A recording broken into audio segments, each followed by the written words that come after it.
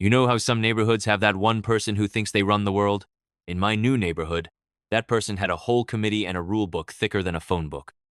One beautiful morning, I was minding my own business on my porch, sanding a little jewelry box and sharing a coffee with the local sheriff. It was as normal as a sunrise. Then, out of nowhere, the world exploded in sirens. 3 police cars came flying up my driveway like they were raiding a kingpin's mansion. I can assure you, the only thing I was dealing with was sawdust. And that crazy moment? That was just the start of it all. What followed was a months-long nightmare filled with arguments about paint colors and threats from someone with fake power. If you've ever had a neighbor who got a little too drunk on a tiny bit of authority, this story is going to feel very familiar. I never imagined that buying a little cabin at a public auction would lead to an all-out war. But I guess I didn't understand how mean people could be in a quiet, lakeside community. It all started in the early spring. I found this place, a cabin built in the 1970s, sitting right by a beautiful lake. It had been empty for 2 long years after the person who owned it before passed away. The price was fair, and the location was absolutely perfect for my woodworking business. To be honest, I just fell completely in love with the idea of it. I imagined waking up every single morning and seeing the sun sparkle on the water instead of staring at the boring brick wall of my old apartment building. The cabin looked like it was frozen in time, a perfect little piece of the 1970s. The paint was peeling in long strips from the outside walls. The wooden dock that stretched out into the lake was sagging sadly in the middle, and there was a strange, mysterious patch of dry ground by an old willow tree where nothing ever grew. Not a single weed, not one blade of grass. That patch of dirt always gave me a strange feeling, a little shiver I could never quite explain. But despite its flaws, I saw something special in it. That's what I do for a living. I'm a craftsman. I fix old, broken furniture and bring it back to life, and I also build custom pieces from scratch. So, the idea of having a big workshop space right next to a peaceful place to live felt like winning the lottery. The cabin needed a lot of work, that was obvious, but fixing things up is what I'm good at. I saw a golden opportunity, where other people probably just saw a lot of hard work and a lot of money to be spent. My mornings, they were my favorite part of the day. They were sacred, just me, a hot cup of coffee, and the soft mist rising off the lake as the sun came up. There were no loud sirens, no angry neighbors complaining, and definitely no letters with lists of rules taped to my front door. That part of the story would come a little later. My afternoons were spent in the old garage, which I was slowly turning into my dream workshop. I spent hours organizing my tools, laying out my saws and sanders, and drawing up plans for how I was going to turn this forgotten old cabin into my perfect home and the main office for my business. I even started to post some short videos on the internet, showing my progress. They weren't anything fancy, just me documenting how I was saving this old place from falling apart, one piece of wood at a time. The neighbors all seemed friendly enough at first.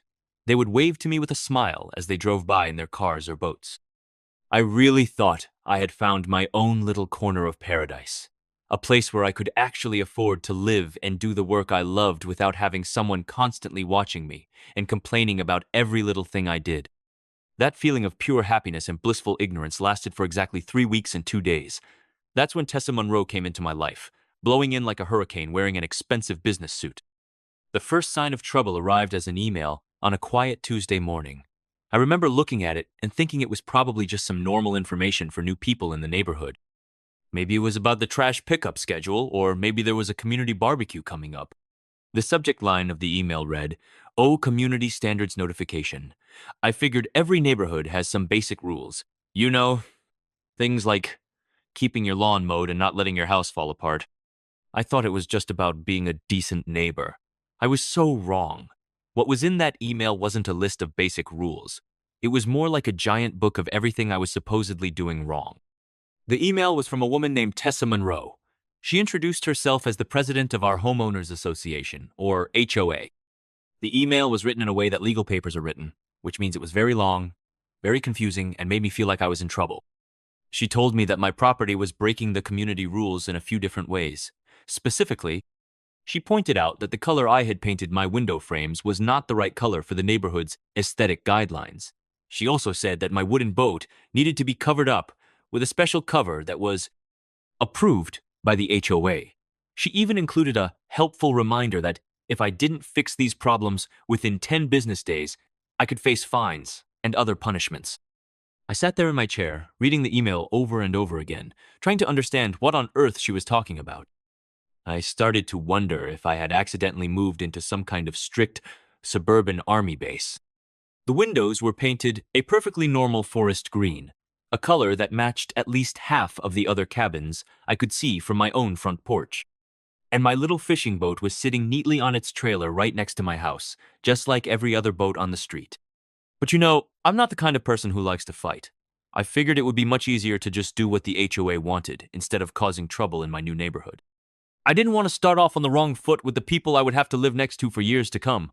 So, that very same afternoon, I drove to the hardware store. I bought a can of boring, neutral beige paint for the window trim. It cost me $60 that I hadn't planned on spending. I also picked up a heavy, waterproof boat cover that cost me almost $200. The next day, I spent 6 long hours repainting all of those window frames, covering up the nice green with the bland beige. Then I carefully covered my boat, making sure everything looked neat and tidy and perfectly boring, just the way she wanted. I even took pictures with my phone to prove that I had fixed the problem she mentioned. Something about her email made me think that this Tessa woman was the type of person who would demand to see proof. I sent her a polite email back, explaining what I had done and saying I was sorry for any trouble I had caused. "Thank you for letting me know about these issues," I wrote, feeling like a little kid apologizing to the principal at school. "I have repainted the windows and covered the boat just as you asked. I want to be a good neighbor and make sure I follow all the community rules." I clicked the send button, thinking that this was the end of it. I even made a little joke to myself, thinking, well, I guess I passed the final exam for the HOA. That joke did not age well. Looking back on it now, I realized that sending that polite email was like pouring gasoline on a fire I didn't even know was burning. It turns out that being reasonable and cooperative was the worst possible thing I could have done with someone like Tessa Monroe. I thought if I just fixed a few little things, she would be satisfied and leave me alone. But Tessa Monroe was just getting warmed up. The second wave of complaints came exactly 1 week later. This time, I started to see the pattern that would make the next few months of my life a living hell.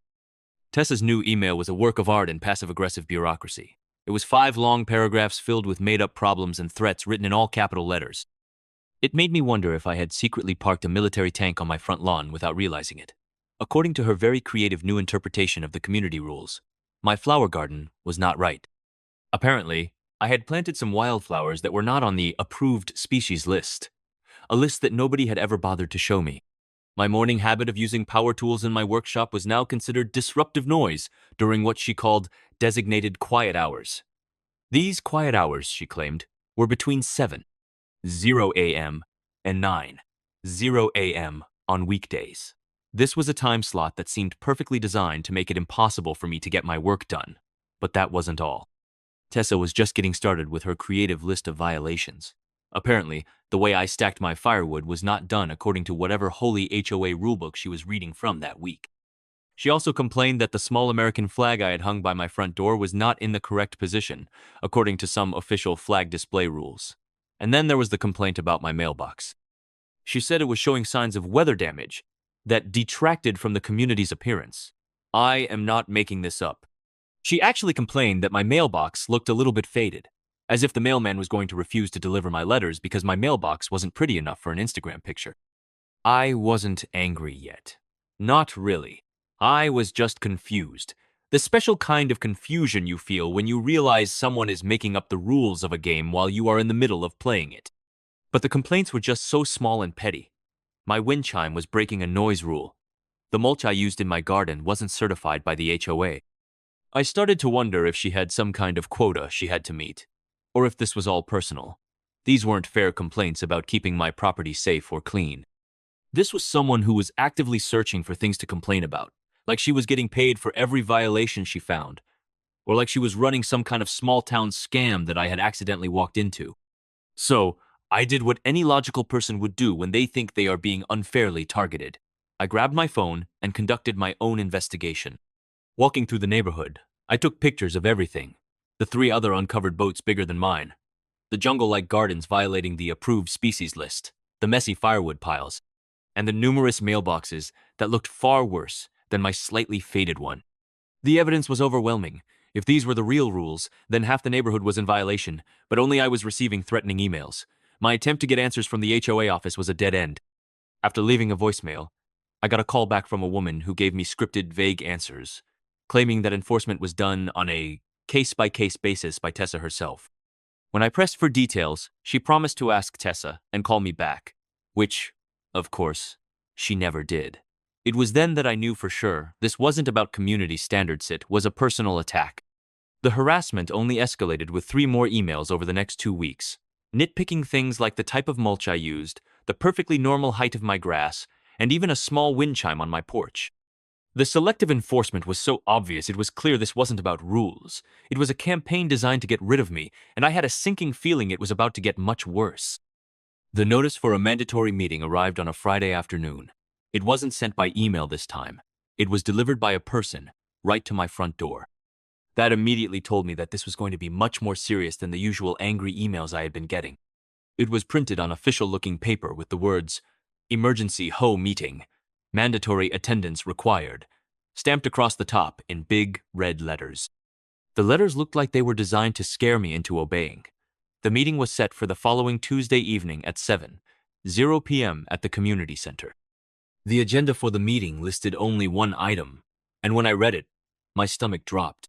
It said, "Community Standards Violations and Property Value Impact Assessment." I didn't need to be a detective to figure out that I was going to be the main topic of discussion, and probably the only topic. I spent the whole weekend debating with myself about whether I should even go to the meeting. I weighed my options. I could go and face whatever trap they had planned for me, or I could skip the meeting and probably make things even worse for myself. A part of me just wanted to ignore the whole thing and see what they would actually do about it, but I knew that would just give them more reasons to come after me later, so I decided I had to go and face them. I would show up and be ready to defend myself, even though I had no idea what I was walking into or what kind of fake court they were planning to run. By 7:00 p.m., the room at the community center felt like a courtroom that had been set up in a church basement. There were rows of folding chairs, people sitting with their arms crossed, and a jury of my neighbors staring at me in silence. The room was arranged with the chairs all facing a small table at the front. Tessa Monroe sat at the table with 2 other board members I had never seen before. All 3 of them looked very official and very serious about whatever they were planning to do to me. There were about 20 neighbors scattered in the audience. I could feel their eyes on me as I walked in and found a seat near the back of the room. I tried to look confident, but my heart was pounding in my chest and my palms were starting to get sweaty. Tessa called the meeting to order with a kind of formal power that immediately made me feel uncomfortable, like she was the judge in a criminal trial instead of just a neighbor in a community meeting. At the meeting, Tessa looked directly at me and announced to the room that my cabin was a serious and ongoing issue that was damaging everyone's property values. She made me sound like a criminal who was intentionally ruining the neighborhood. Then came the real ambush she had clearly been planning for weeks. She proposed that the board force me to pay for a professional safety inspection of my property, a $3,000 trap designed to give them the power to declare my home unsafe and kick me out. I couldn't stay silent, so I stood up and challenged her. I pointed out that I had fixed every single thing she had complained about and asked why I was the only one being targeted when other houses had the same violations. I even mentioned the strange patch of dead ground by my willow tree that smelled like chemicals.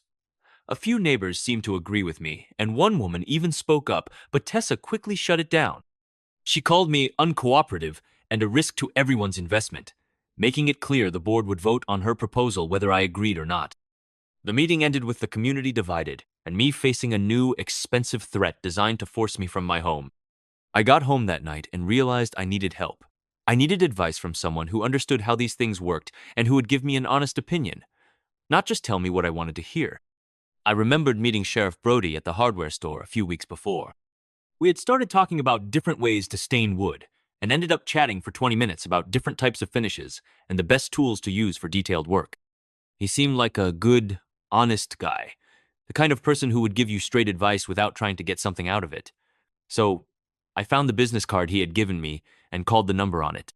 I explained the whole crazy situation to him. "Just keep following the law and don't let anyone pressure you into doing anything illegal," he told me.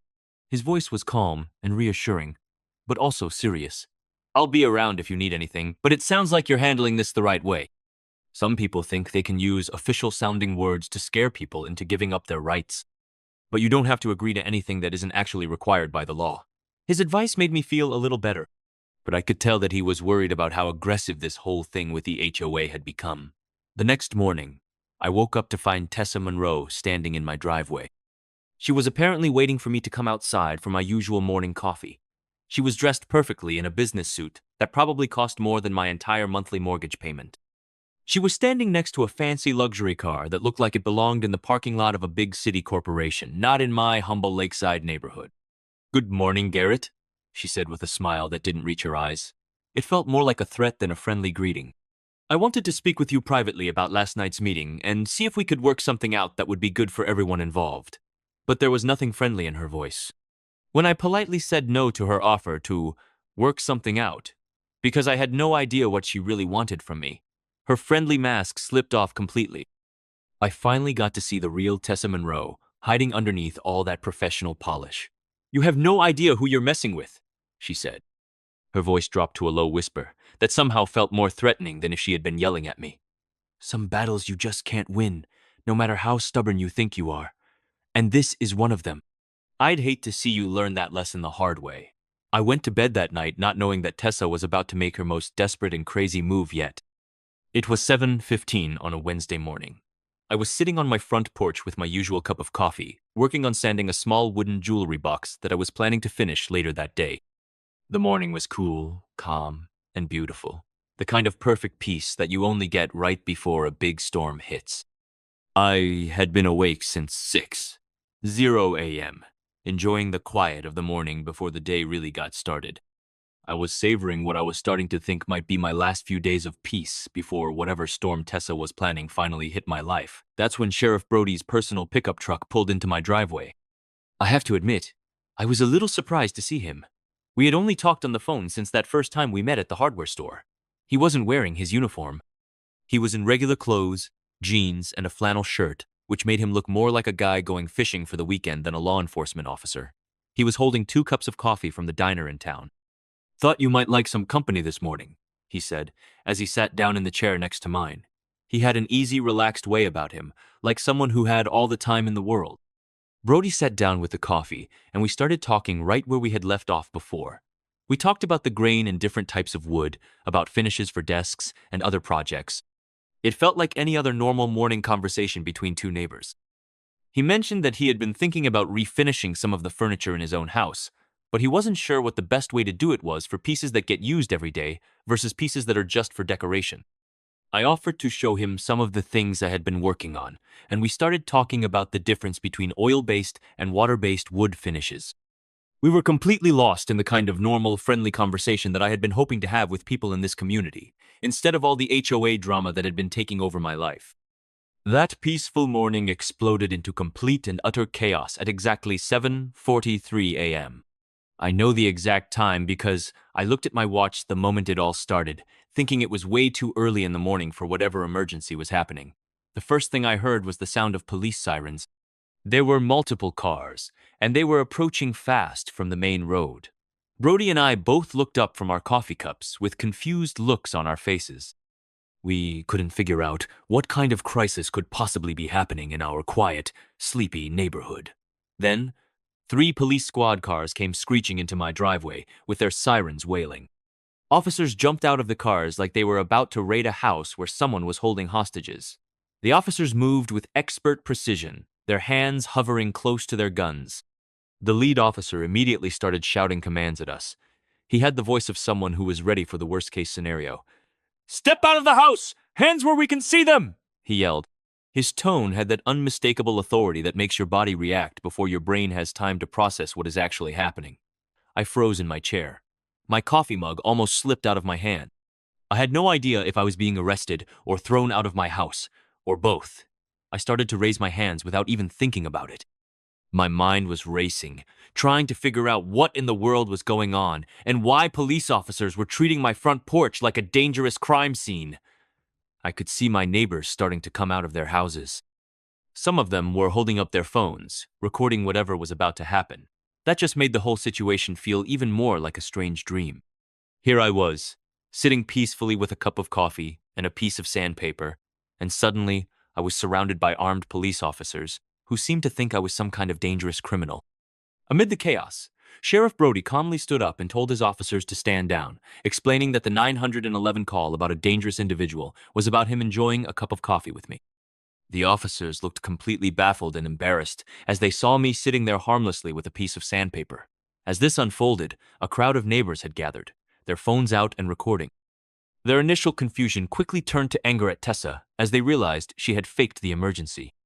Just then, Tessa herself appeared, expecting to see me being arrested, but her face froze in panic when she saw the sheriff on my porch. The yard went silent as Brody looked her in the eye and quietly asked if he should write up the official paperwork for her filing a false police report. Humiliated and defeated, a shaking Tessa turned and fled to her car without a word. After the embarrassed police apologized and left, I felt a huge sense of victory watching the neighbors share their videos of what had just happened. I foolishly thought the war was over and I had won, but I had no idea that I had just pushed Tessa to play her most dangerous card yet. For 2 weeks after the police incident, my life was absolutely perfect. It was so perfect that it should have made me suspicious, but instead, it just made me feel happy and satisfied about how everything had turned out. The video clips that my neighbors had recorded started to spread like wildfire on local online community groups. Suddenly, everyone in town knew the story of how the mean HOA president had called the cops on a guy who was just having a cup of coffee with the sheriff. It was the kind of story that people love to share because it has everything: a power-hungry official, small-town drama, and a satisfying ending where the bad guy gets what they deserve. Strangers would come up to me and shake my hand at the grocery store. My neighbors brought me cookies. A part of me wondered if I should be worried about all this attention. My neighbors started waving and smiling at me whenever they saw me. Several of them even stopped by my house to apologize for not speaking up sooner about Tessa's bad behavior. They told me they had always thought she was taking things too far. One older couple brought me a plate of homemade cookies and said they had been hoping someone would finally stand up to her because she had been making everyone in the neighborhood miserable with her petty complaints and power trips. I felt completely justified and, honestly, a little bit proud of how everything had worked out. I felt like I had won some kind of great battle against a suburban dictator and proved that you can't just push people around if you have a fancy title and think you are more important than everyone else. Tessa had messed up in the most public way possible. And now, the whole community could see exactly what kind of person she really was underneath all of her expensive clothes and official-looking letters. I went back to my normal routine. I worked in my shop, enjoyed my morning coffee on the porch, and I even took a few fishing trips out on the lake in my little boat, the same boat that had caused so much trouble in the first place. I couldn't help but smile at the irony. I was now enjoying that boat more than ever before, partly because it felt like a symbol of my victory over petty rules and the people who make them. For the first time since I had moved to this neighborhood, I felt like I actually belonged here. I felt like I had earned the respect of my neighbors because I had refused to be scared or intimidated. That wonderful feeling of security and satisfaction was shattered on a Monday morning when a professional process server knocked on my front door. I should have known from his serious face and his expensive suit that my peaceful life was about to come to a sudden end. He was carrying a leather briefcase and had a very serious look on his face that told me this wasn't going to be good news, even before he opened his mouth. "Garrett Wells?" he asked. When I nodded my head, he said, "You're being served with legal papers. Please sign here to acknowledge that you have received them." Then he handed me a thick envelope that felt like a bomb, and he walked away. The envelope felt heavy, much heavier than just paper. On the front it said, Monroe Holdings, LLC. That name told me everything. They were not done with me yet. The papers inside were a formal lawsuit. It was so much worse than anything I could have possibly expected.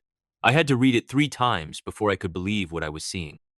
This wasn't just another complaint from the HOA about paint colors or boat covers that I could fix with a trip to the hardware store and a weekend of work.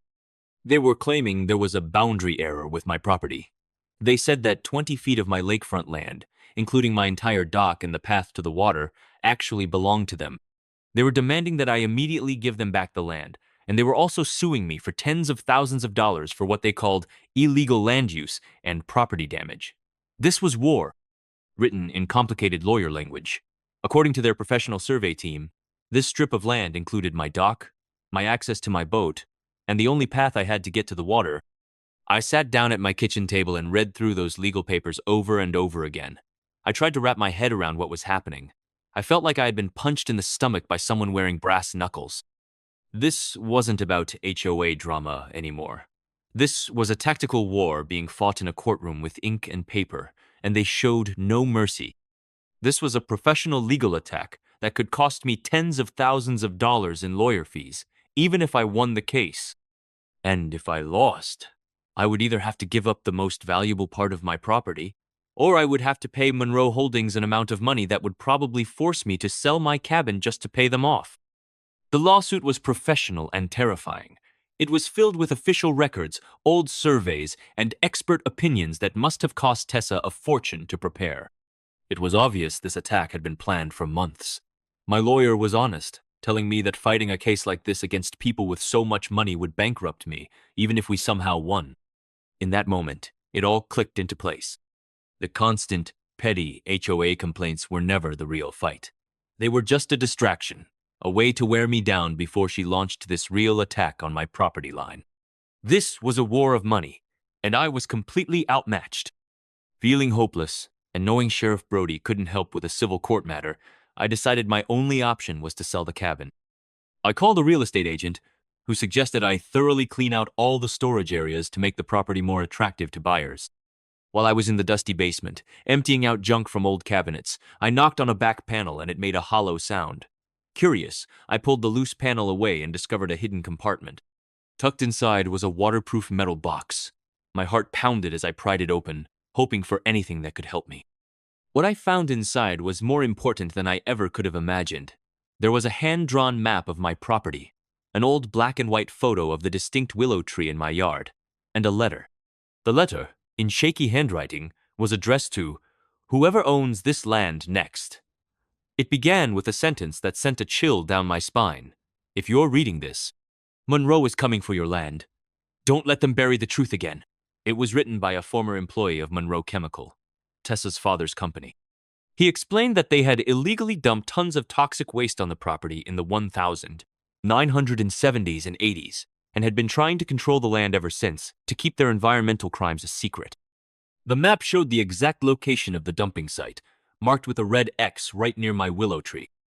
I raced outside and finally understood the strange, dead patch of ground and the chemical smell that lingered after it rained.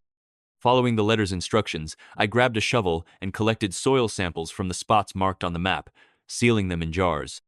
I drove 40 minutes to the nearest lab and paid $800 I couldn't afford for a rush test. It was my last and only hope. As I waited for the results over the next 2 days, I stared at that patch of ground, wondering if the secret buried beneath it could save my home.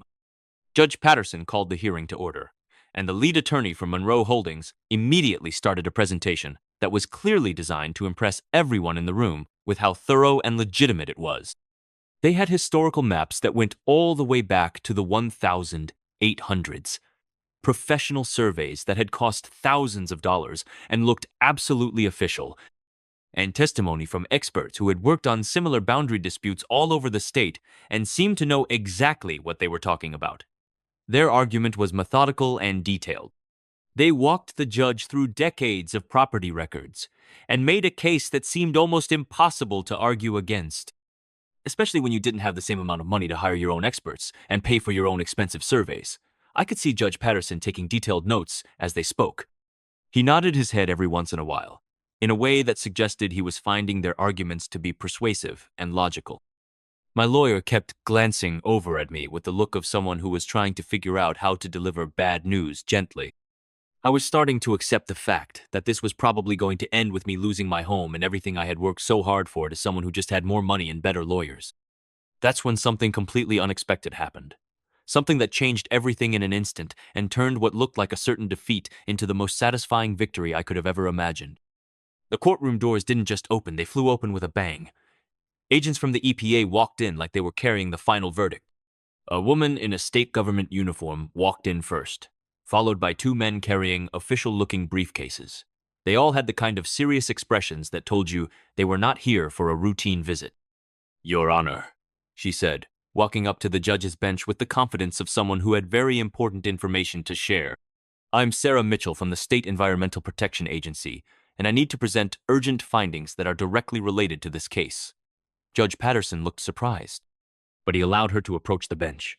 I could see Tessa Monroe's face go completely white as she realized that whatever was about to happen was not part of her carefully planned legal strategy.